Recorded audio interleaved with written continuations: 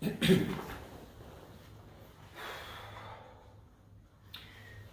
welcome back down the woods. We're going to try something a little bit different. So what I'm going to do is I'm going to go through basically give you the bluff version of the sermon first. And then for those who are willing to stick around or those who have time to sit and listen to the whole thing, feel free to stick around. But don't feel like you have to. I'm going to give you the first, just put everything right out there first, and then we'll move on from there. So, last week we went over the 6 realms of transmigration, which I have helpfully labeled that up here again. Each with kind of a, maybe not the defining characteristic, but a defining characteristic of those realms. Because what we were looking at last time, and this was the homework that you guys were supposed to do, we were looking at, do these 6 perfections translate into the 6 realms?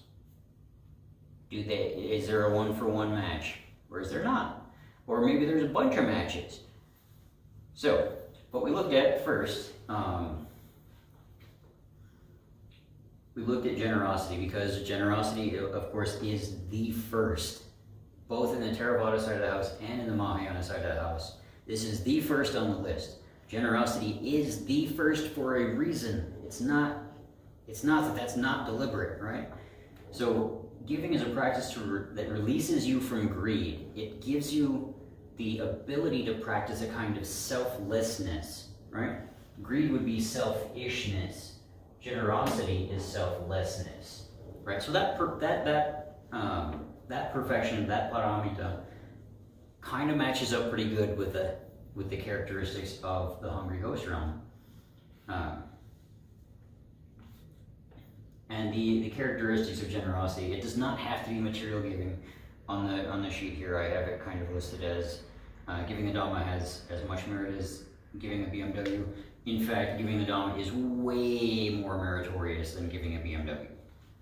Significantly so, right? Material stuff, it does not have to be material. Giving in any sense, right, gives you that capacity to practice that generosity, to not be self-centered, to not be selfish, but to be selfless, right? And receiving is also a part of giving, because, yeah, you can give all day, right? What's that going to do to you? You'd be like, oh, I'm such a great person. I give to this, I give to that, I give to this, I give to that. You also got to be able to receive. You also have to be humble enough to have that gratitude and say, thank you so much. I really appreciate what you've done, right? That's the key here. That's the key. It's not one-sided. It is multifaceted. And so generosity is a multifaceted way that we attack greed, right? And you can kind of see this. We'll get into it in a little bit. The next perfection is the perfection of morality, the Shila Paramita. S being a kind of a weird S. They do that in both Sanskrit and Pali. And this is ethical conduct that is usually framed around the 5 precepts, not killing, not stealing, not committing sexual transgressions, not lying, not getting intoxicated. For monks, this is obviously just the beginning. Their perfection of morality is significantly deeper, significantly harder, because at a bare minimum on the Theravada side of the house, they have 220 plus rules. The Mahayana side would say that it's a little bit more than that, and they would throw another 100 or so onto the nuns, which I don't know why, but that's a historical fact. But so yeah, they've got all of those Shila, which are part of their ethical conduct, which are part of their moral requirements, right? This is them perfecting morality. We also see it as strongly being connected to part of the Eightfold Noble Path. You could probably see some of the rest of it in other terms, but this is the one that I wanted to focus on a little bit, right? So, right livelihood is a perfection of morality, because if you're doing the right things, if you're if your livelihood is not harming others, that is a way of perfecting your morality. If you are helping others, that is a perfection of morality. And that's kind of, I know that kind of sounds a little weird to a military audience. Work with it, deal with it, run with it, right? Grasp on, hold on to that and say, you know what? I can do that. Even in this weird environment, it's hard. Granted, I know that, but it's not impossible, right? Right speech, of course, that's moral, right? You have to be able to say, and okay, so we're all going to be imperfect at this. We're all going to have moments where we say things that are either untrue or things which are harmful or things which are not skillful. And when we do that, is it a slight transgression or a slight failure at the perfection of morality? Yeah, it is. Is it something that we can't get past? No, we totally can. It's a small hurdle, usually. For some, maybe a little bit more than others. My old tankers would probably have a slightly harder time with that part of the perfection of morality. They're tankers, what do you expect? They're still they're still good human beings. They're just a little on the crass side. And right action, right? So what is right action in this context, in the context of morality? It is context that is harmless, right? So we've talked about Angulimala before, going from incredibly harmful to completely harmless. That is a perfection of morality in terms of right action, right? Note that he did not get there by himself. So this also manifests as internal discipline or self-discipline, right? So we can look at the perfection of morality as a way of really reining ourselves in and saying, I could do that, but I'm not gonna. I'm going to stick it out and have the strength to say, nope.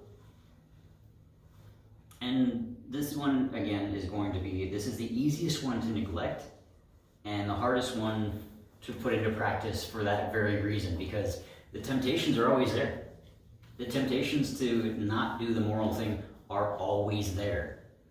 It's up to us to take that and say, I have the discipline to say, not today.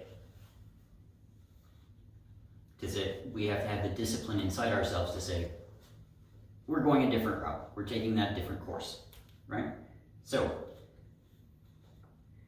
I'm going to move right on to the perfection of patience. When we get through this, we're going to go through like which one kind of matches up with which and have us a nice little discussion. But for now, just bear with me.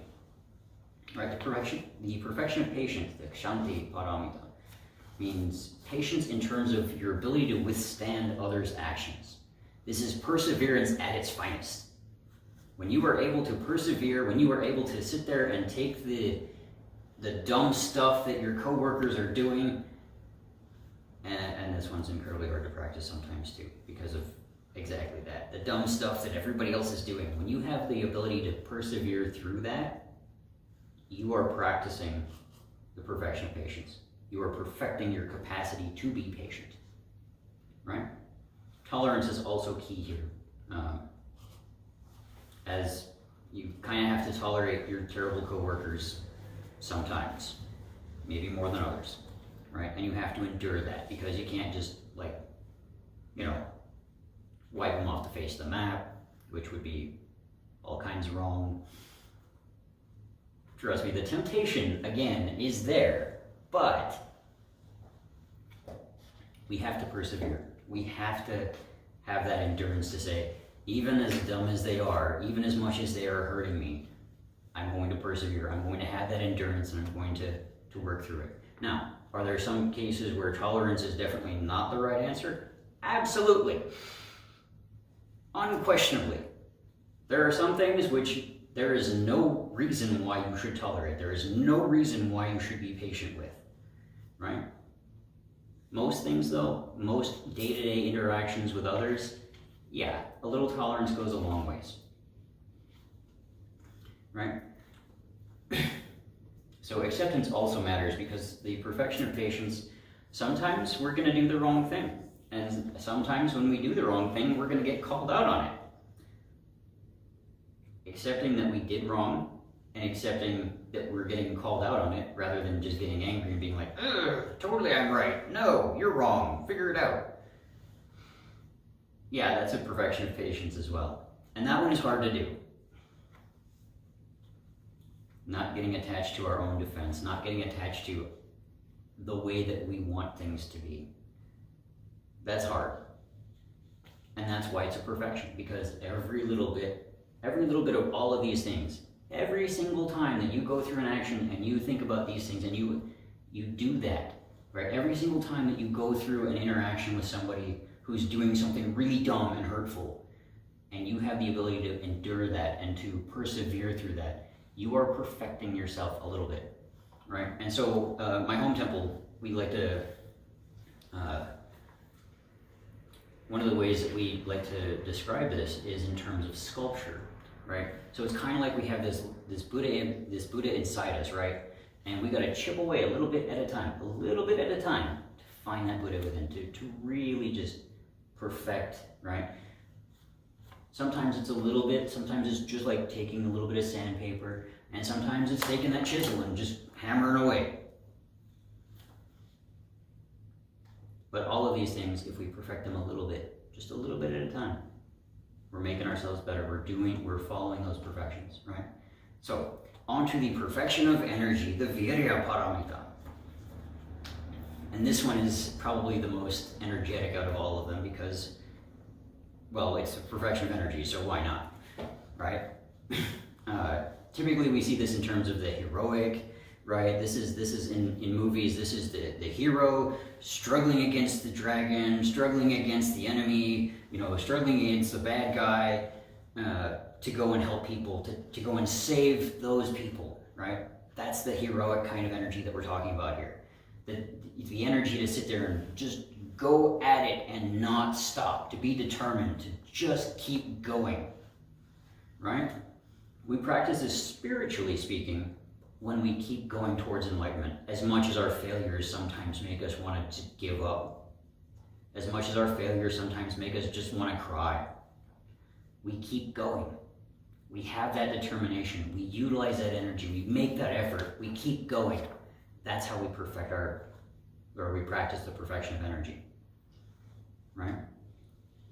And a lot of times it requires a lot of courage to do this because it's real easy to say, I just don't have it in me.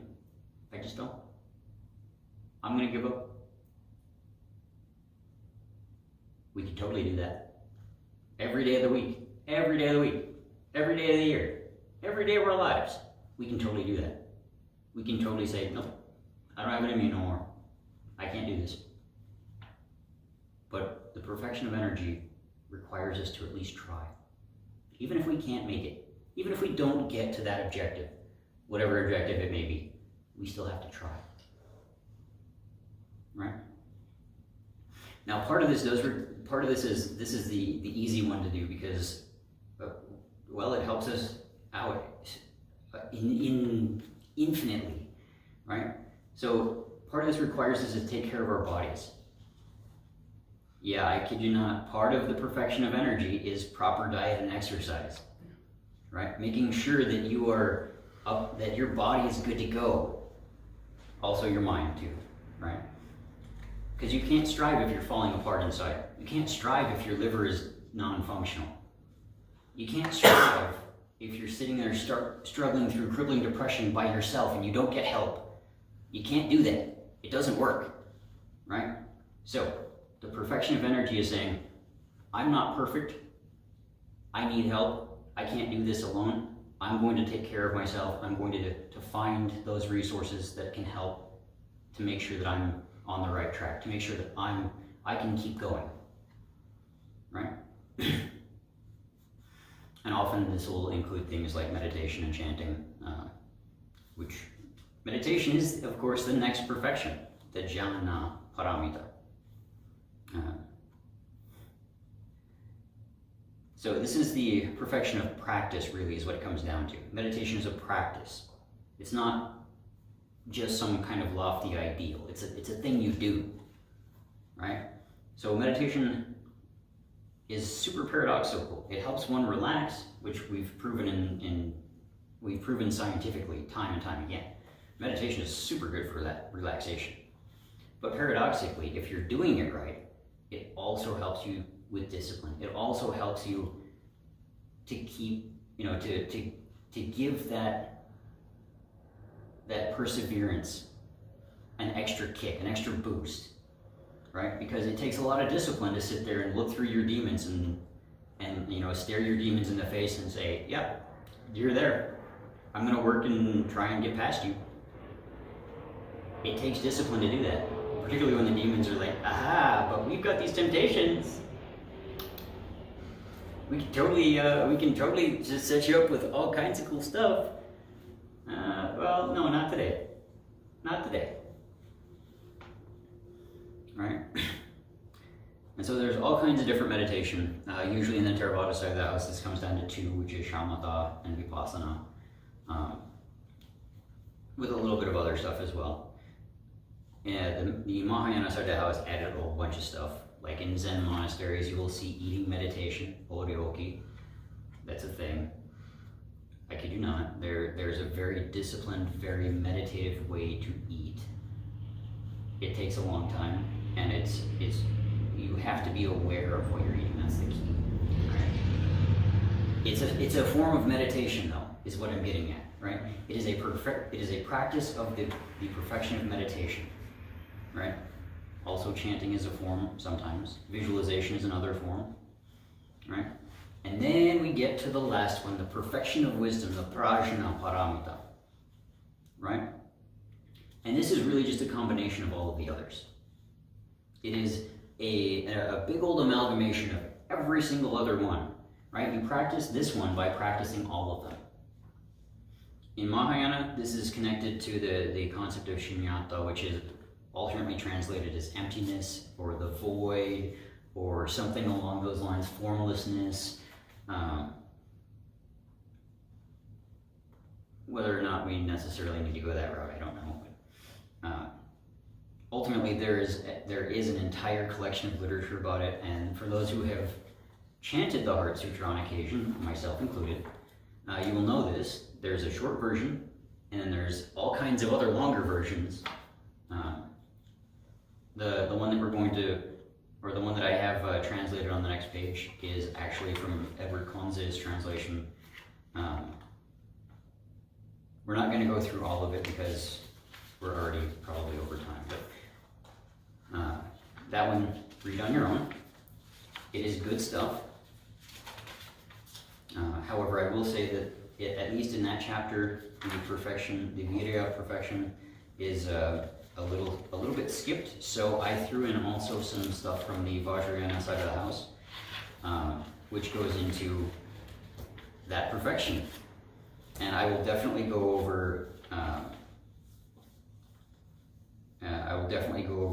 Both of these another time, particularly the Duryodhana video, because part of my grad work was on this character. It's good stuff. He's an awesome character. So, what we're going to do now is we're going to put up some best guesses as to which perfection goes with which challenge, which problem, right?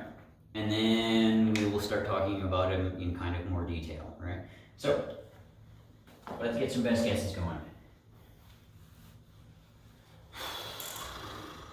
So the human plane goes meditation. To the heavens and devas goes energy.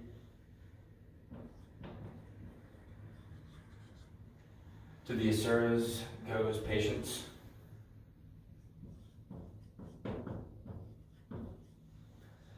To the hells goes morality.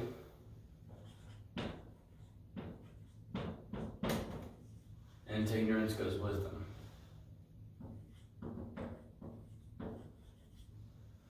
Okay.